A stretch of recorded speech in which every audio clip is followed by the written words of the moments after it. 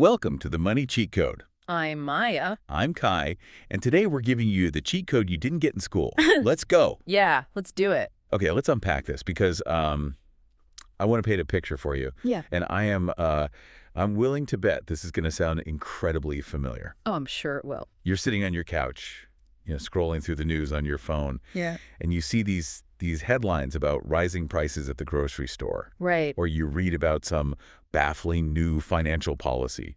Or maybe you're just looking at the housing market and you just throw your hands up. Completely freaking out. Exactly. You think, this makes absolutely no sense.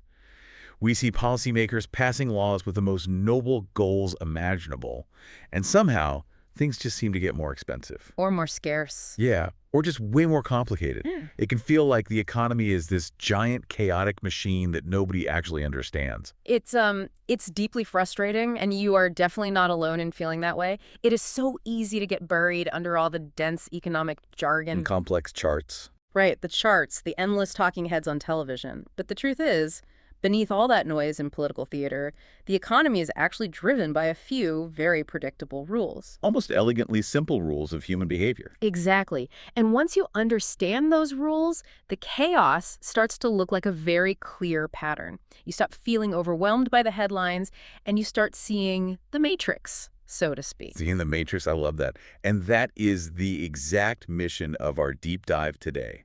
We are looking at the core concepts from Thomas Sowell's absolute masterclass of a book, Basic Economics. Which is an incredible resource. It is brilliant. It's highly cited across the board. But let's be real. Very few people actually have the time to sit down and read a 700-page economics tome cover to cover. No, nobody has time for that. Right. So we have gone through the research and extracted 7 foundational cheat codes that govern our world. The goal here is simple. By the end of this deep dive, you are going to be impossible to fool. That is the perfect way to frame it. Impossible to fool. Because when you don't know the underlying mechanics of the game, you are always going to be at a disadvantage. Always. But when you grasp these concepts, you develop a mental framework to evaluate everything from global trade policies all the way down to your own personal career choices. So let's jump right into the first principle, which is the massive disconnect between what we intend to happen and what actually happens. This is a big one. It really is.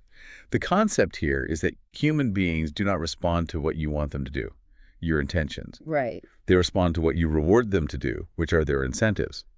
Sowell highlights this unbelievable story from Maryland back in 2008 that I think perfectly captures this. Oh, the millionaire tax. Yes. So the state government was looking at their budget, and they realized they had about 8,000 millionaires living in the state. Okay. With the intention of raising more revenue for public services, they decided to implement a new millionaire tax. Okay. The intention makes complete sense, right? Sure. But what actually happened when they rolled this out? Well, on paper, with a static spreadsheet, it looks like simple addition. You increase the tax rate on a specific high-earning bracket, and the total revenue for the state goes up. Because you assume everyone just stays put. Exactly. It assumes that the pieces on the board are going to stay exactly where they are. But humans aren't static game pieces. We are dynamic, and we react to new rules. Right.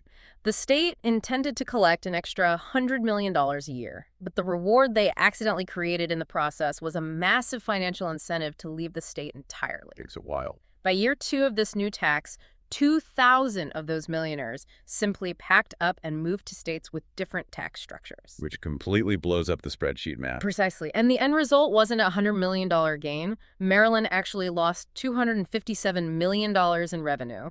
That is a staggering backfire. It was the exact opposite of their stated intention, because the financial incentive completely overrode the legislative goal.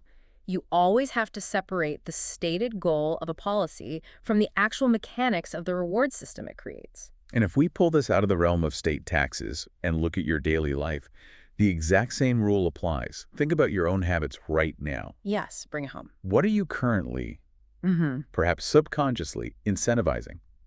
Let's say your intention is to get in shape. A very common intention. Right. But every time you skip your morning workout, you reward yourself by staying in your warm bed and scrolling on your phone. Oh, I've been there. We all have. But think about the mechanics. You aren't training yourself to go to the gym. You are structurally incentivizing yourself to skip it. You're rewarding the exact behavior you claim you want to eliminate. It completely changes the question you should be asking yourself. Instead of asking, what do I want to happen? You have to start objectively asking, what behavior am I actually rewarding today? Which is such a powerful lens. And speaking of hidden drivers, we also have to look at the hidden costs of our choices. The idea here is what economists call opportunity cost. The invisible price tag. Exactly. Every single choice you make has a hidden price tag, and that price tag is whatever you were giving up to make that choice. We are very conditioned to look at the literal price tag, the dollar amount on the sticker at the store. But the economic lens requires you to look at the invisible alternatives. Right. The true cost of anything is the next best alternative you have to sacrifice to acquire it. There is a great example in the research involving buying a car. Let's say you are looking at a $20,000 Toyota. It's reliable. It gets you from point A to point B. That's a solid choice. But right next to it on the lot is a $50,000 BMW, and let's be honest, it looks incredible. It really does. People start doing the mental gymnastics, right? They think, well, it's a $30,000 difference, but if I stretch the loan out to 6 years, I can just barely swing the monthly payments. Classic trap. But the math of opportunity cost completely changes that calculation, doesn't it? Dramatically. Yeah. Because that $30,000 difference is not just $30,000 in a vacuum. Let's say you bought the Toyota instead. Yeah. And you took that $30,000 difference and invested it in a broad market index fund, which is basically just a basket of top stocks tracking the whole market. Leaving it alone to grow. Right. If you leave that money there, assuming average historical market returns over a 30-year career, that initial $30,000 grows into $250,000. $850,000. Exactly. So when you choose the luxury car, the true economic cost isn't $50,000. It is $50,000 plus the $250,000 in future wealth you are sacrificing. That BMW is actually costing you $250,000 in financial freedom. Yes. When you frame it like that, the leather seats really don't seem quite as appealing. Not at all. And this doesn't just apply to money. It applies heavily to how you spend your time today, which is arguably more valuable. Definitely more valuable. If you spend an hour doom scrolling on social media, the cost isn't just the battery life on your phone. The opportunity cost is the hour you could have spent reading a book, learning a new skill, or doing something that actually moves your life forward. You are paying for that mindless scrolling with your future potential. Time is your most rigidly scarce resource, and every allocation of it carries a heavy opportunity cost. So true. Once you start seeing your daily routine through that specific lens, your decision-making becomes incredibly sharp. You stop asking, can I afford to do this? And start asking, is this worth what I am giving up to do it? So if every single individual choice has a hidden cost, how do millions of people figure out what those costs are without their heads exploding? That's the big question. How does an entire society coordinate all of these moving parts? That brings us to our next concept, the actual function of prices. A lot of us are conditioned to think of prices as kind of an adversary. We really are. When prices go up, we immediately feel like someone is being greedy or a corporation is taking advantage of us. But Sowell completely reframes this. Prices are an automated, decentralized information broadcast system. What's fascinating here is how prices function as a language.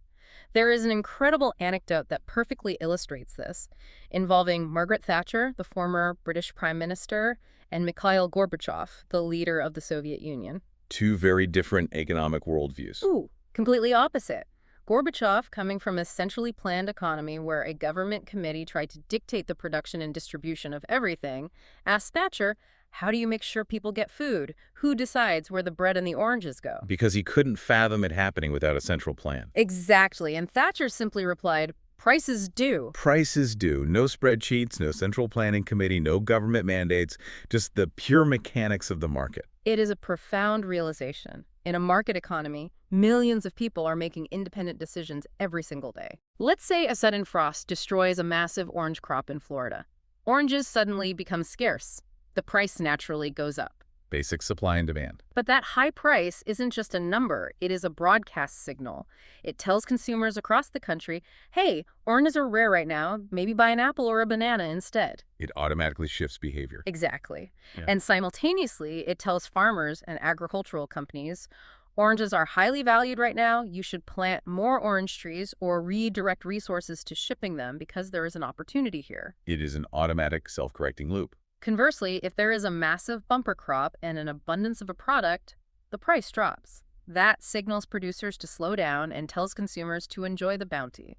It is exactly like the world's most complex nervous system, and it runs completely on autopilot. Autopilot, exactly. And here is how you can actually use this in your own life right now, today. If you see prices or salaries in a specific industry rising rapidly, let's say in artificial intelligence or specialized cybersecurity. Or renewable energy infrastructure. Yes, any of those. The market is literally broadcasting a message directly to you. It is saying, we have a severe scarcity of talent here, and we are willing to pay a massive premium to solve it. Listen to the signal. That is your signal to go learn a skill in that space. The market is handing you a career roadmap if you just know how to read the language of prices. That is a very empowering way to utilize the concept. But it also leads us into some tricky territory. How so? Because if prices are this crucial, delicate communication system, what happens when someone decides they don't like the message and tries to artificially change it? Right, which brings us to the unintended harm of price controls. Now, these are hotly debated political issues, and I want to play devil's advocate here for a second. Go for it. Let's look at rent control in a place like New York City. The stated intention is to keep housing affordable so that vulnerable people aren't priced out onto the street. Which is a very noble intention. If we step back from the politics, how does an economist justify arguing against a policy that is specifically designed to protect someone's home? It is a vital question, and it requires us to look past the immediate, visible benefits to one person and examine the unseen systemic effects on everyone else. The ripple effect. Right. When a government caps the price of rent below the actual market rate, and often below what it costs a landlord to maintain the building, the economic signal is distorted. The language is broken. The landlord suddenly has zero incentive to fix the plumbing or upgrade the roof because they cannot recoup that investment. Over time, the quality of housing degrades. That makes sense. But more importantly, it absolutely destroys capital allocation for new housing. Developers look at the city, see that their profit motive has been legally capped or removed, and they decide to build elsewhere. They just take their money and leave. So the supply of new housing completely freezes. So you end up with a severe shortage. Exactly. The seen effect is the tenant who gets to keep their cheap apartment. The unseen effect is the artificial shortage it creates. It's because nobody is building anything new to keep up with demand. Right. You end up with scenarios where older empty nesters remain in rent-controlled 4-bedroom apartments because it's too cheap to leave, while young, growing families are squeezed out of the city entirely because there is zero available housing inventory. The policy intended to help housing accessibility actually destroys housing mobility. Yes, it freezes the market. And the research points to an even more extreme example of this from Zimbabwe, right? Showing how dangerous tampering with these signals can be when it comes to vital resources like food. Yes, the government in Zimbabwe decided to cap the price of food, again, with the stated intention of making it more affordable for the citizens during a period of severe inflation. Again, good intentions. But they capped the retail price below the actual cost of farming and production. So the farmers looked at the math and realized that for every seed they planted and harvested, they were losing money. Oh, wow. Their rational, incentive-driven response was to simply stop growing food. They couldn't afford to operate at a loss. So the food supply just vanished. The result wasn't cheaper food. The result was empty grocery store shelves and a literal famine. It is devastating to see how that plays out. It sounds like trying to override the market's feedback loop is just a recipe for disaster. It truly is. Which naturally brings us to how we define success and failure in the market, the concepts of profit and loss. People have very complicated, often negative emotional reactions to the word profit. They do. It often feels like a dirty word. Yeah. But in pure economic mechanics, profit is simply a metric of value creation. It means that an individual or a company took raw materials, time, and effort and transformed them into something that society valued more than the cost of the inputs. They added net value to the world. Precisely. And I think the best way to visualize this is to think of profit and loss as the economy's GPS system. Profit is the green light. Okay, keep going. It is the market actively telling you, yes, keep going. You are efficiently solving a problem people care about. And loss. Loss is the red light. It is the market firmly saying, stop. You are wasting valuable, scarce resources, making something that people do not want enough to pay for. And this is why, according to the principles we were discussing, government bailouts of failing companies are viewed as so economically damaging. Yes, exactly. When a major corporation is continuously operating at a massive loss, the economic GPS is screaming, reroute, reroute. It is flashing bright red. By bailing them out with taxpayer money, you break that crucial signal. You artificially prop up a zombie company that is wasting resources. And you prevent those resources and that labor from flowing to new, innovative companies that are actually creating value. It traps capital in inefficient places. Yes, it just locks it up. And bringing this back to you, the listener, today, this perspective is actually incredibly freeing for your own personal ambitions. Let's say you start a side hustle. Okay, a side hustle. You pour your heart and soul into it, but after 18 months, you are consistently losing money. A lot of people take that as a massive, crushing personal failure. They internalize it completely. But if you think like an economist, it is not a personal failure at all.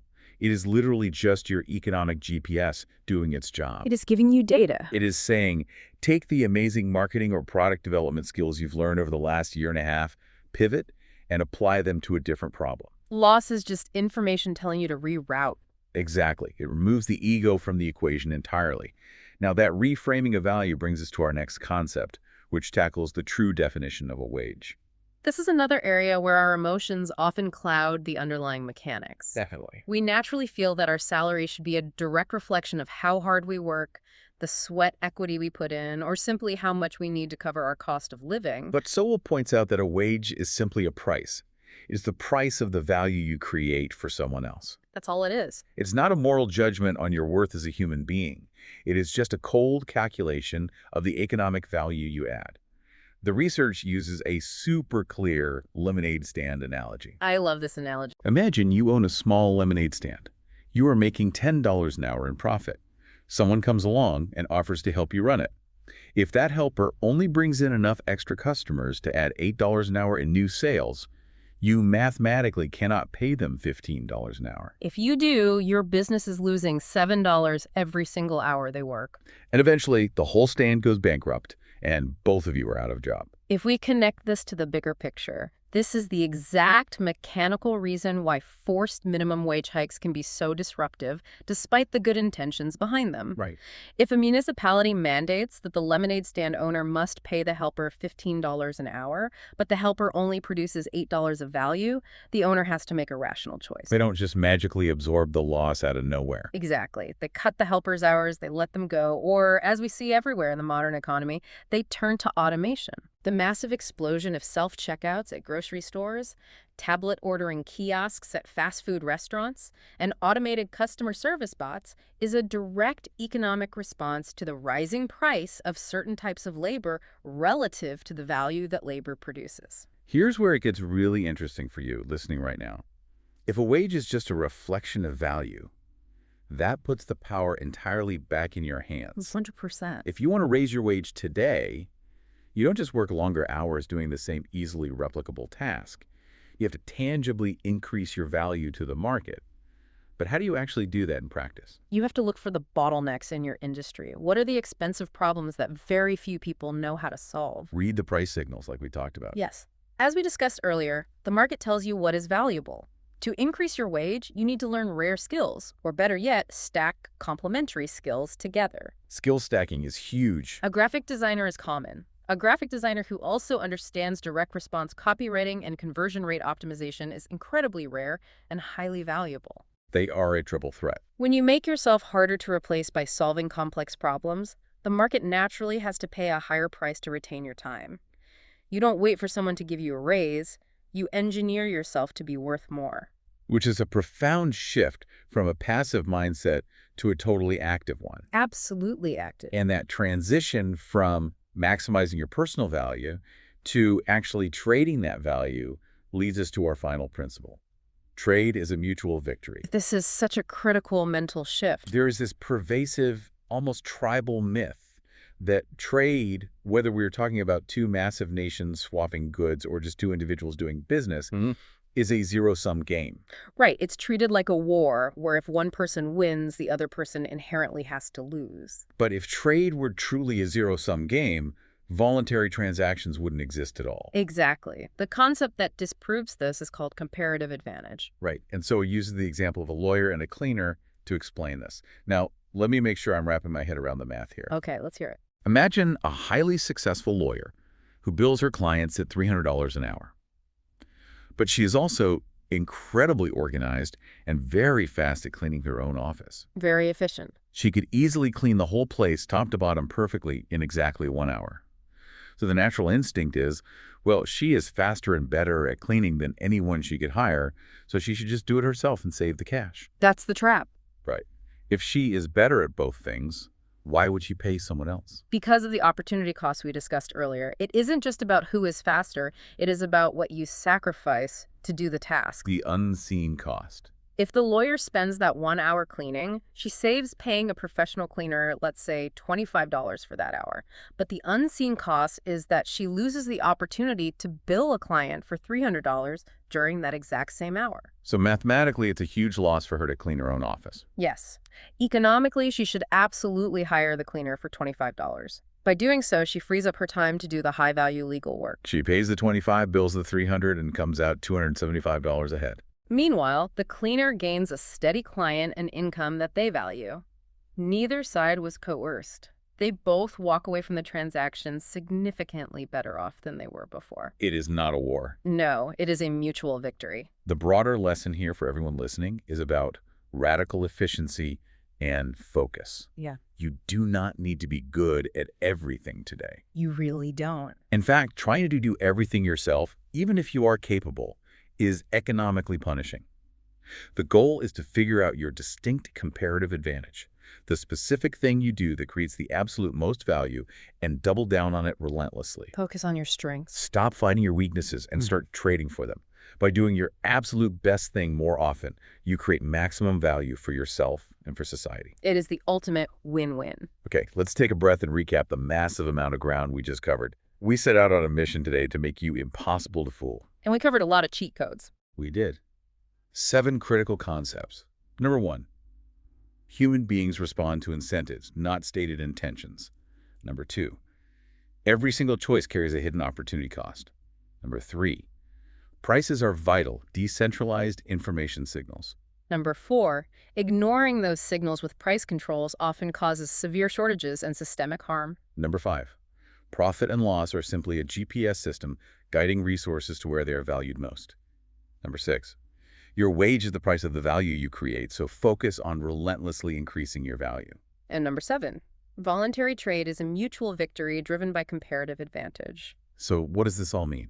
It means the economy isn't a magical, chaotic beast. It is pure mechanics. This raises an important question, something for you to mull over after we wrap up here today. We've talked extensively about how every choice has an opportunity cost and how human behavior is ruthlessly driven by underlying incentives. So my question to you is this: what is the opportunity cost of not consciously setting your own rules? If you aren't taking the time today to critically evaluate what you are rewarding in your own life, from the media you passively consume to the daily habits you maintain to the career path you are currently walking down, whose incentives are you unwittingly serving right now? Wow. Because if you aren't consciously designing your own incentive structures, I guarantee you someone else has already designed them for you. That is a heavy but incredibly necessary thought to leave off on. If you don't build your own matrix, you are just going to be living in someone else's. That's your cheat code for today. If this hits, share it, subscribe, and drop a comment telling us what topic you want next. We'll see you in the next episode.